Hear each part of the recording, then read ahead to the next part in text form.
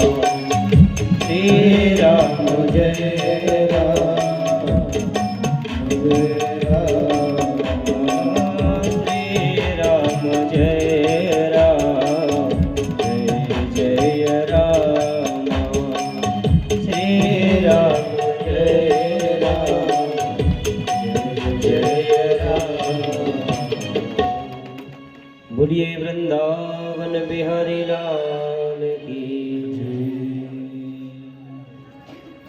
आइए पुनः कथा से जुड़े।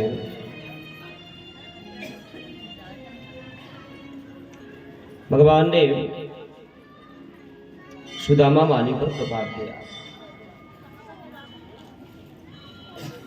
सुदामा माली पूर्व जन्म में कुबेर का जो चैत्ररथ नाम का वन था, उस वन की देखरेख करने वाला माली था, उसका नाम था हेम माली।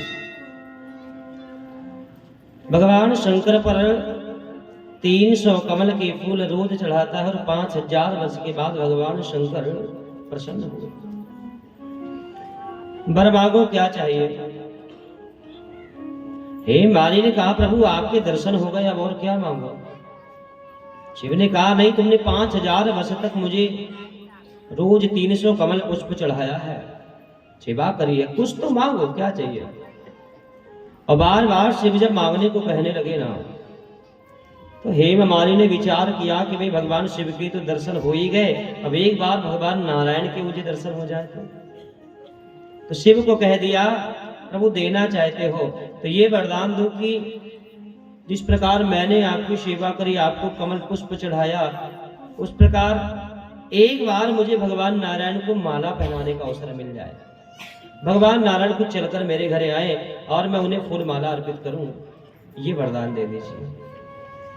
शिव ने कहा इस जन्म में तो इच्छा पूरी नहीं होगी, अगले जन्म में हो सकती है। बोले महाराज भले ही अगले जन्म में भगवान के दर्शन हो जाए, दर्शन होना चाहिए। कहा ठीक है, मेरा वरदान है, स्वयं भगवान नारायण ही कृष्ण अवतार लेकर के तुम्हारे घर चल करके द्वापर के अंत में आएंगे। और आज शिव के आशीर्वाद से वही हेम माली सुदामा नाम का माली बना है मथुरा में, और भगवान कृष्ण बन करके भगवान शिव के वरदान को पूरा करने के लिए सुदामा माली के घर गए, सेवा को स्वीकार किया है। और इस प्रकार भगवान थोड़ा और आगे बढ़े हैं।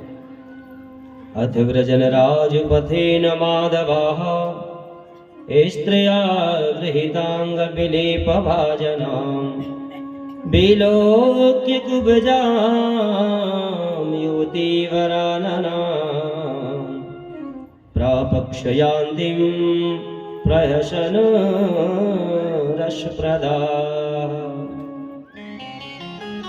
और आगे बढ़े हैं। एक सैरेंद्री नाम की दासी है कंस की, कंस को चंदन लगाती है।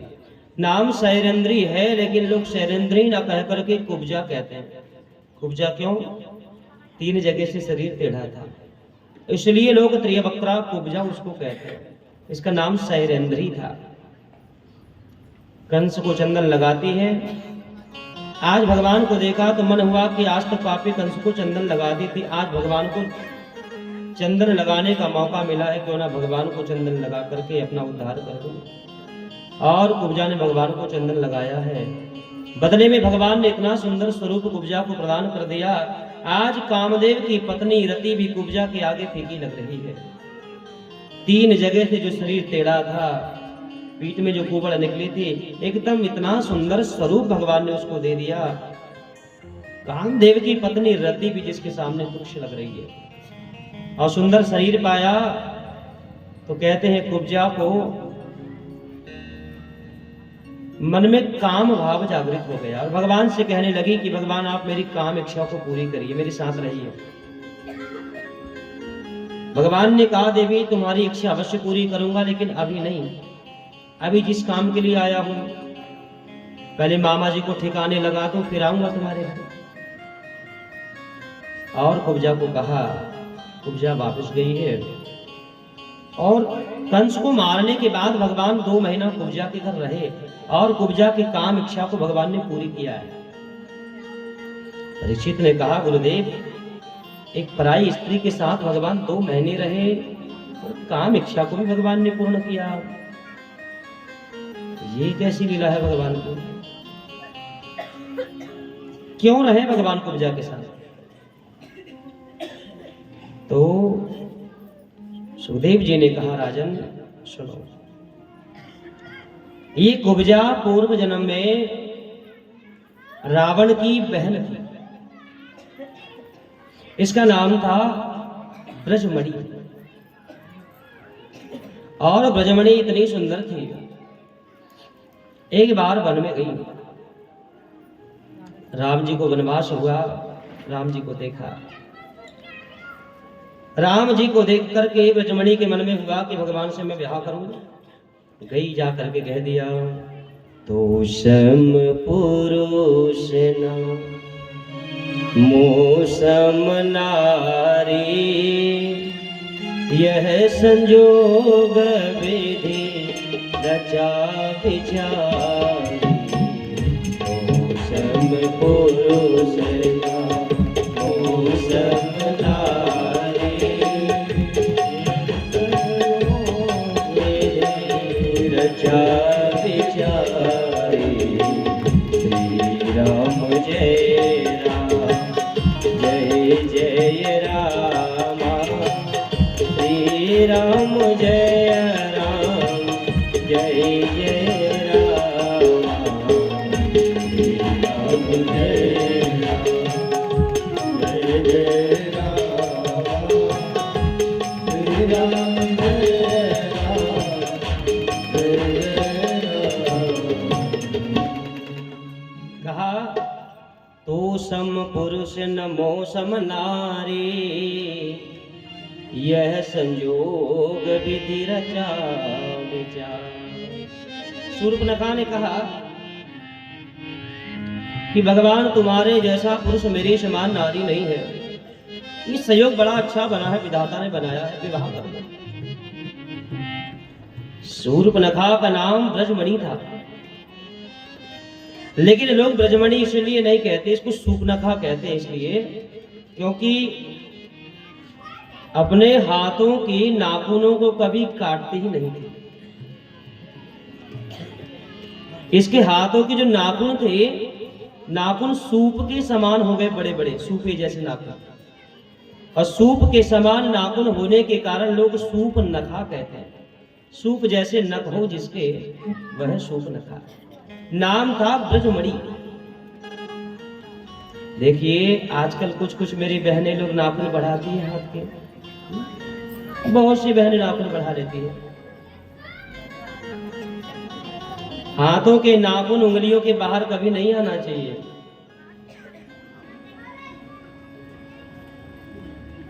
दो कारण है, नाखून ज्यादा बड़े होंगे तो सफाई बराबर हो नहीं पाती।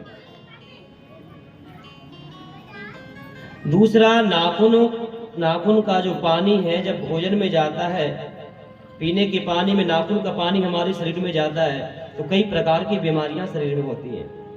इसलिए नाखूनों को ज्यादा नहीं बढ़ाना चाहिए। रावण की बहन कभी नाखून काटते ही नहीं थी। उसके नख सूपे समान हो गए, और सूप समान नख होने के कारण लोग सूपनखा ही कहने लगे। सूपनखा गई राम जी के पास, कहा विवाह कर लो।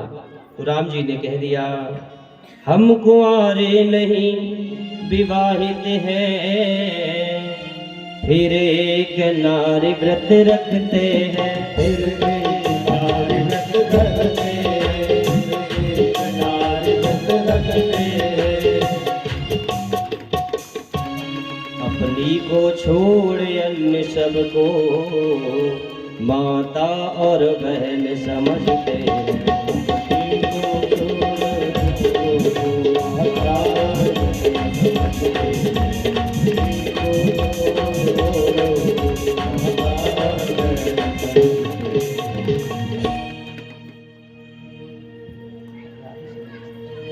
तो कहा कि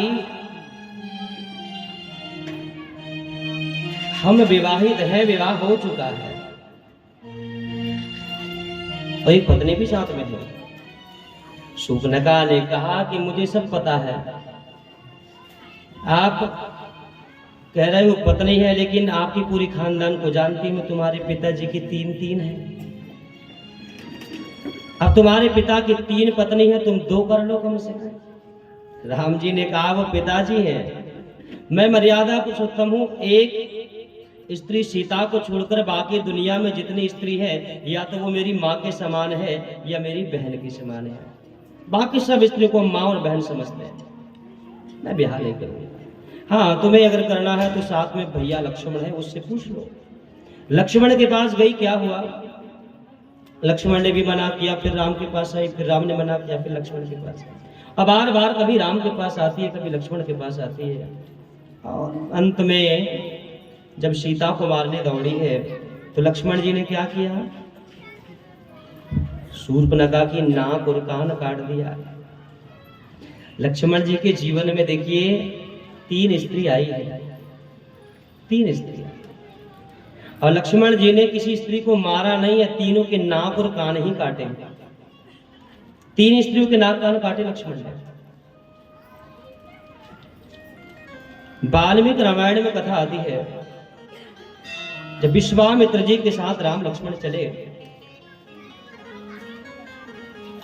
रास्ते में ताड़िका आई है, तो ताड़िका पहले लक्ष्मण को मारने दौड़ी थी। लक्ष्मण जी ताड़िका को मारने ही वाले थे, राम ने मना कर दिया। राम ने कहा इसकी मृत्यु मेरे हाथों लिखी है, तुम मार दोगे विधि का विधान गड़बड़ हो जाएगा। लक्ष्मण जी ने कहा वो मुझसे युद्ध कर रही है, मैं क्या हार जाऊं? उससे हारने वाला नहीं हूं मैं तो मारूंगा उसे। भगवान ने कहा हारने की कह कौन रहा, एक आधो अंग काट पीट करके छोड़ दो कुछ। तो लक्ष्मण जी ने ताड़िका के नाक और कान काटा है, प्रमाण वाल्मीकि रामायण में। उसके बाद दूसरी स्त्री आई है, रावण की बहन शूर्पणखा, जिसके कान नाक लक्ष्मण ने काटे, प्रमाण तुलसीकृत रामायण। उसके बाद एक गजोमुखी नाम की राक्षसी आई है लक्ष्मण जी से विवाह करने के लिए, तो लक्ष्मण जी ने उसके भी नाक और कान काटे हैं, प्रमाण केश रामायण में। केश रामायण में कथा आती है, एक गजोमुखी नाम की राक्षसी विवाह के लिए आई, तो लक्ष्मण जी ने नाक और कान काटे। तो इस प्रकार शूर्पणखा की नाक कान कटी। उसके बाद आप लोग आगे की कथा जानते हैं, खरदूषण के पास गई, खरदूषण का भगवान ने विनाश किया, और फिर रावण के पास गई, और रावण ने क्या किया? सीता जी का हरण कर दिया। उसके बाद रामायण को पूरी पढ़ लीजिए, शूर्पणखा का नाम कहीं नहीं आया। शूर्पणखा का क्या हुआ? रावण को बताने के बाद शूर्पणखा कहाँ गई? कुछ शास्त्र, कुछ ग्रंथ ऐसा भी बताते हैं कि शूर्पणखा ने ये सब जानबूझ करके किया था, क्योंकि शूर्पणखा का जो पति था विद्धजिवा, उसको रावण ने मारा था। विद्धजिवा रावण से भी ज्यादा ज्ञानी था। रावण को ईर्ष्या हुई, इसके रहते मेरी कीर्ति कम हो जाएगी, इसलिए ईर्ष्या के कारण अपने बहन के पति को ही मार दिया था। तो शूर्पणखा ने अपने पति के बदला, पति की मृत्यु का बदला लेने के लिए ये सारी लीला किया। और जब रावण ने सीता जी का हरण कर लिया, तो शूर्पणखा समझ गई कि अब रावण का विनाश होने से कोई नहीं रोक सकता, अब यहाँ मेरा काम हो गया। लेकिन राम जी को देख करके वास्तव में शूर्पणखा भगवान पर मोहित हो गई, और रावण को बताने के बाद शूर्पणखा पुष्कर तीर्थ गई, और पुष्कर में जाकर पानी में खड़े होकर के 10,000 वर्ष तक भगवान शंकर की उसने तपस्या किया। तपस्या जब किया तो भगवान शंकर प्रसन्न हो गए। वरम रोही, वर मांगो, क्या चाहिए? शूर्पणखा ने कहा राम जी मेरे पति बने, ये वरदान दीजिए। शिव ने कहा कि ये संभव नहीं है, राम मर्यादा पुरुषोत्तम है और राम जी दूसरा विवाह नहीं कर सकते। और विवाह करना ही होता तो जब तू गई थी तब ही कर लेते भगवान, ये वरदान मैं नहीं दे सकता। तो शूर्पणखा ने कहा चलो विवाह न करें, कोई बात नहीं, कम से कम भगवान मेरे साथ में रहे और साथ में रहकर मेरी काम इच्छा को पूरी करें। तो शिव जी ने कहा भगवान राम जी ये भी नहीं कर सकते, पराई स्त्री उनके लिए माँ और बहन के समान है। हाँ, इस जन्म में नहीं, अगले जन्म में कहे तो ये इच्छा अवश्य पूरी हो जाएगी तेरे। शूर्पणखा ने कहा इस जन्म में अब उम्र भी बुढ़ापा आने को चला है, इस जन्म में नहीं सी अगले ही जन्म में भगवान मिल जाए। तो शिव ने वरदान दे दिया, यही राम जी अगले जन्म में कृष्ण अवतार लेकर के तुम्हारे घर आएंगे और तुम्हारे साथ 2 महीने रह करके तुम्हारी काम इच्छा को पूर्ण करेंगे। ये वरदान है। आज वही शूर्पणखा कुब्जा बन करके आई है द्वापर में, और शिव के वरदान को पूरा करने के लिए भगवान को कुब्जा के घर जाकर के उसके साथ 2 महीने रहना पड़ा। 2 महीने उसकी काम इच्छा को भगवान ने पूर्ण किया। आनंद रामायण में तो कथा आती है, मंथरा जो थी मंत्रा ही कुब्जा बनी। ये आनंद रामायण में। फिर गर्ग संहिता भागवत कथा के अनुसार शूर्पणखा ही कुब्जा बनी। भगवान ने कुब्जा का भी उद्धार किया। और उसके बाद फिर आगे कथा ऐसी है, भगवान रंगेश्वर महादेव जी के मंदिर गए जहां पर धनुष रखा हुआ था। वह धनुष इतना बड़ा था 7 ताड़ के वृक्ष के बराबर। 8 धातु से उस धनुष का निर्माण हुआ था। और पूर्व काल में राजा यदु ने महाराज परशुराम जी ने वह धनुष राजा यदु को दिया था। वंश परंपरा के अनुसार आज यदुवंशी राजा महाराज कंस के यहाँ वह धनुष रखा था। और कंस अपनी जान से भी ज्यादा उसकी रक्षा करता था।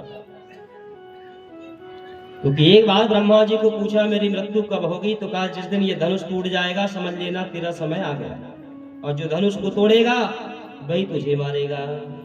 तो अपनी जान से ज्यादा रक्षा करता है उसकी। 5000 सैनिक दिन रात से लगे हैं उस धनुष की रक्षा के लिए।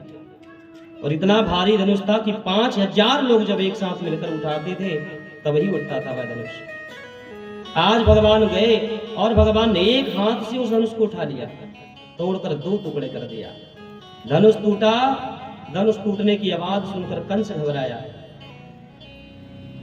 5000 जो सैनिक थे रक्षा करने वाले भगवान को मारने दौड़े, लेकिन कृष्ण बलराम दोनों ने धनुष के एक टुकड़े को उठाया और एक टुकड़े को उठा करके सारी 5000 सेना का विनाश कर दिया। सारी सेना का विनाश करके भगवान वापिस बगीचे में जहां नंद बाबा रुके थे वहां पर आ गए। और इधर कंस ने सुना कि भैया धनुष टूट गया, अब नींद नहीं आ रही है, जाग रहा है। और जागृत अवस्था में भी उसको सपने दिखाई दे रहे हैं। और सपने भी पता है कैसे दिखे, जो सारे सपने उसकी मृत्यु के सूचक थे। हर एक व्यक्ति को मरने के पहले कुछ अपशगुन दिखाई देते हैं। सपने में या प्रत्यक्ष में अपशगुन दिखते हैं मरने के पहले। एक दीपक की 2 ज्योत अगर दिखाई दे तो समझ जाइए कि हमारा अंतिम समय आ गया। एक दीपक जल रहा है, ज्योत 2 दिखाई दे रही है, तो ये मरने का सूचक है। तो कुछ समय बाद हमारे प्राण निकल सकते हैं। रात में सपने में कटा सिर का व्यक्ति दिखाई दे, जिसका धड़ हो सिर ना हो स्वप्न में, तो समझ जाइए ये स्वप्न मृत्यु का सूचक है। हमारे प्राण जाने का समय आ चुका है। 1 दिन में, 2 दिन में, या 1 घंटे में, या 5 मिनट बाद भी प्राण जा सकते हैं। ये मरने के पहले अपशगुन दिखता है। परछाई में कभी छेद दिखाई दे तो समझ जाइए मृत्यु सूचक है, कभी भी प्राण जा सकते हैं। गरुड़ पुराण में एक अपशगुन बताया है, एकांत स्थान में बैठिए जहां कोई शोर ना हो, बिल्कुल एकांत स्थान पर बैठिए और अपने हाथों की दोनों उंगली को कान में दबा करके रखिए। कान में जोर से उंगली को दबा करके रखिए और उंगली दबा करके रखोगे तो आपको एक शब्द सुनाई देगा, घर घर घर घर, इस टाइप एक शब्द सुनाई देता है। ये शब्द कब तक सुनाई देता है? मरने के 6 महीना पहले तक। ये घर का शब्द मरने के 6 महीने पहले सुनाई देना बंद हो जाता है। और ये शब्द सुनाई देना बंद हो जाए तो समझ जाइए कि रिजर्वेशन अपना पक्का हो गया। कब जाना पड़े कोई गारंटी नहीं है। कुछ माताएं अभी से लगा रही कान में, अभी मत लगाओ, अभी कुछ नहीं होगा। मरने से बड़ा डर लगता है। तो कभी एकांत में घर में देखिएगा। आज ये सारे अपशगुन कंस को दिखाई दे रहे हैं और सारे जब अपशगुनों को देखा तो कंस सो नहीं पा रहा। सारे सेवकों को कह दिया कि भैया व्यवस्था इतनी पक्की करो, कल कृष्ण बचना नहीं चाहिए। रात भर कुबलिया पेड़ हाथी को शराब पिलाई गई। अखाड़े के पहलवान मेहनत कर रहे हैं, कल कृष्ण को मारना है, और कृष्ण को मारने की तैयारियां करने लगे। पूरी रात बीती, प्रातः काल हुई, सुबह हुई और अखाड़े के लिए नगाड़े बजने लगे। भगवान ने भी स्नान किया और अखाड़ा देखने के भगवान सब मित्रों को लेकर के चले। जैसे ही मित्रों को लेकर के चले, पहले ही द्वार पर पहुंचे हैं यहाँ कुबलिया पेड़ नाम का हाथी। इतना नशे में था, जो भी सामने दिखाई देता है उसको तुरंत मारने दौड़ता है। आज भगवान आए, महावत ने इशारा किया और कुबलिया पेड़ मारने दौड़ा है भगवान को। भगवान कृष्ण ने हाथी के दांतों को पकड़ा है और दांत पकड़ करके जो घुमा करके भगवान ने एक चट्टान पर पटका, उसको थोड़ी देर के लिए बेहोश हो गया। होश आया, फिर भगवान को मारने दौड़ा और तभी कृष्ण बलराम दोनों ने हाथी के दोनों दांतों को उखाड़ लिया। जैसे ही दांत उखड़े, तड़प करके कुबलिया पेड़ हाथी के प्राण निकल गए। दिव्य ज्योति निकली और भगवान के श्री चरणों में समाहित हो गई। भगवान ने कुबलिया पेड़ हाथी का उद्धार कर दिया। महावत भागने लगा। महावत को बलदाऊ जी ने पकड़ा और बलराम जी ने एक मुष्टि का प्रहार सिर पर किया और महावत के भी प्राण निकले। ये कुबलिया पेड़ जो हाथी है, ये पूर्व जन्म में राजा बलि का बेटा था। इसका नाम था मंदगति। मंदगति में 1 लाख हाथी का बल था, और जब 1 लाख हाथी का बल आया तो इसको अहंकार आ गया। बड़े बड़े पेड़ों को केवल हाथ लगाता था और पेड़ उखड़ जाते थे। अब 1 लाख हाथी का बल कम होता है क्या? एक बार अहंकार में आकर के मंदगति हाथ हिलाते हुए चला जा रहा था। रंगनाथ जी की यात्रा था, और उसी यात्रा में भीड़ भाड़ में लोग जा रहे थे। एक त्रित नाम के महात्मा जी जा रहे थे। त्रित मुनि को मंदगति के हाथ का धक्का लगा और ऋषि गिर पड़े। महात्मा जी ने कहा, भैया कोई बात नहीं, भीड़ भाड़ में लग जाता है धक्का, मुझे हाथ दे करके उठा दो, सहारा दे दो। अभी उन्हें सहारा देने की जगह हंसने लगा। बोले, महात्मा जब शरीर में दम नहीं है क्यों यात्रा करने निकले हो? जाओ आराम करो घर में बैठ करके। हाथ का धक्का लगने से तुम गिर पड़े, उठ नहीं पा रहे हो, क्या तीर्थ यात्रा में निकले हो? ये बल के कारण अहंकार में उनकी हंसी मजाक करने लगा। ये देखकर के त्रितमुनि को बड़ा क्रोध आया। भीड़ भाड़ में हाथ हिलाते हुए चला जा रहा है, मतवाले हाथी की तरह। हाथी समान चलता है। जब श्राप देता हूं, आज से तू हाथी ही हो जाएगा। जब क्षमा मांगी तो कहा, भगवान कृष्ण तेरा उद्धार करेंगे। आज वही राजा बलि का बेटा मंदगति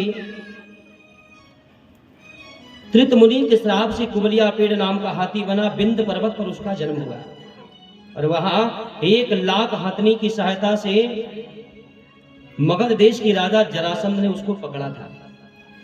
एक बार कुबलिया पेड़ हाथी मचल गया, किसी के बस में ही ना हो,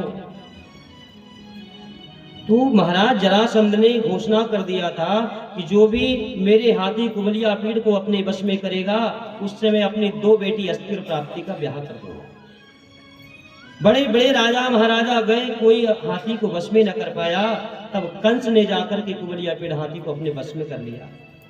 और कंस ने जब हाथी को बस में किया तो प्रसन्न होकर के मगध देश के राजा जरासंध ने अपनी 2 बेटी अस्थिर प्राप्ति का विवाह कंस से कर दिया। और जो हाथी था कुबलिया पेड़, वह हाथी दहेज में कंस को दे दिया। ये हाथी दहेज में मिला था कंस को।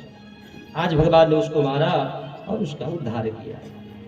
इस प्रकार भगवान ने कुबलिया पेड़ का भी नाश किया। और उसके बाद भगवान फिर अखाड़े में गए हैं। अखाड़े के पहलवानों ने लड़ने के लिए कहा, और भगवान सब पहलवानों से लड़े हैं। न बालो न किशोरस्त्वं बलस्या बलिना वरः लीलये वेहतोऽयेन सहस्रदीप संतवव्रता।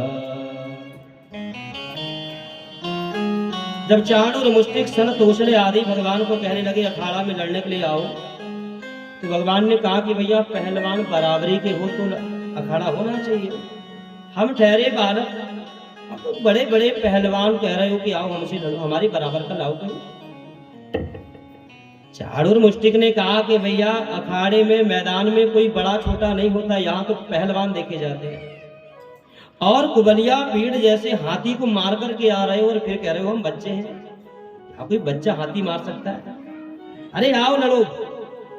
और जब बार बार अखाड़े के लिए ललकारने लगे तो बलदाऊ ने कहा कन्हैया तू डर रहा है इनसे, चल। और कृष्ण बलराम दोनों अखाड़े में आए हैं। चाणूर से कृष्ण ने, मुष्टिक से बलदाऊ भैया ने युद्ध किया। एक एक मुष्टिक प्रहार में दोनों के प्राणांत हो गए।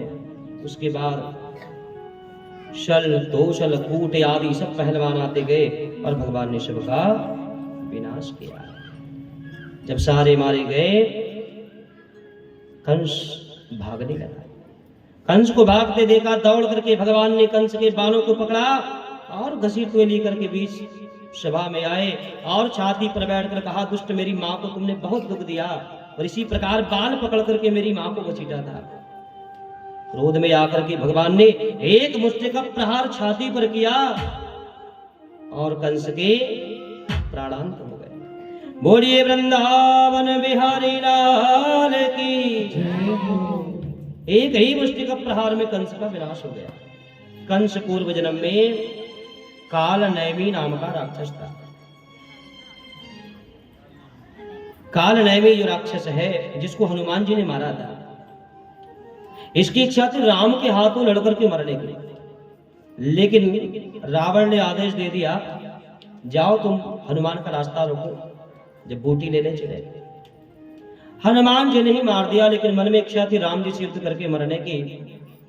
राम जी ने मन ही मन उसके भाव को जाना और कहा अगली बार आ जाना, मैं मार दूंगा। आज काल नैमी नाम का राक्षस कंस बन करके आया है और भगवान ने उद्धार किया। कंस के 8 भाई और हैं, ये भी आए भैया की मृत्यु का बदला के लिए, और इनको भी भगवान ने मारा है। अभी 8 भाई हैं, इनका भी पूर्व जन्म की कथा आती है। इनकी कथा थोड़ी लंबी है, अब थोड़ा मौसम देखते हुए कथा को हम विवाह तक ले चलें, और कुछ बिजली की भी कृपा हो गई 10-15 मिनट कथा में और लेट हो गए।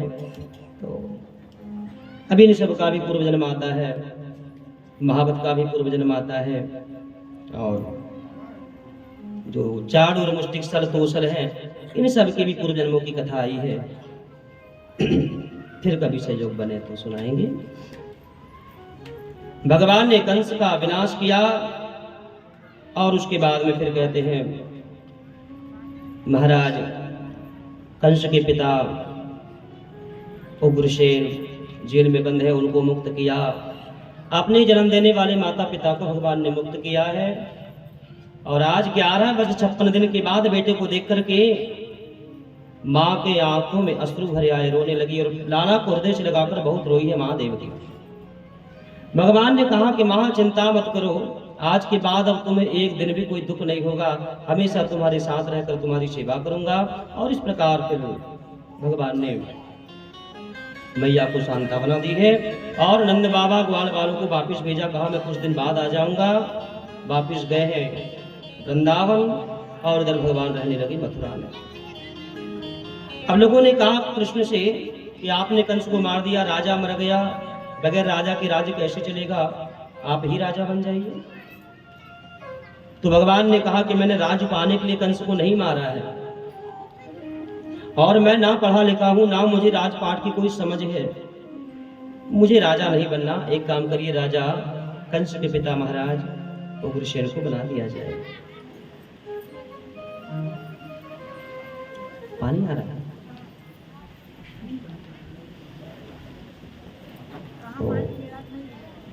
तो ये कथा को विराम करें। अब इसके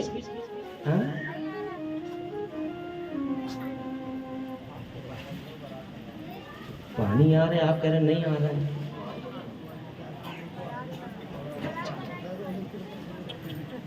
कथा सुन रहे हो?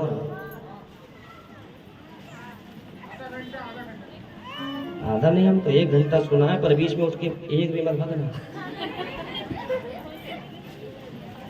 क्योंकि थोड़ा तेज हुआ तो आप तो सब निकल लोगे, पर हमारी मजबूरी, जब तक आरती ना हो कैसे उठे। बैठे रहोगे सब लोग? आइए और प्रयास, भगवान जितना चाहें बुलवाना और सुना देते हैं। तो उग्रसेन को राजा बनाया गया और उसके बाद एक दिन भगवान अतसूर सुतो राजन पुत्रयो समकारयत पुरोधसा ब्रह्मणस्य यथावद द्विज संस्कृतिम। मथुरा में भगवान का द्विजाति संस्कार हुआ और उसके बाद फिर एक दिन भगवान ने वसुदेव जी को कहा, पिताजी मैं अभी तक वृंदावन में रहा, गोकुल में रहा और मेरी उम्र भी अब धीरे धीरे, ये कथा को विराम करते हैं। रात्रि की प्रसंग तो है, फिर सुनाएंगे। ऐसे मौसम में ज़्यादा रिस्क लेना ठीक नहीं है, तो सभी लोग आरती के लिए खड़े हो जाइए। रात्रि की कथा यहीं से प्रारंभ करेंगे और थोड़ा जल्दी आ जाइए आप लोग रात्रि में, ठीक 8 बजे से 8 से कथा सुना देंगे। आरती के लिए हमारे यजमान जी खड़े हो जाइए।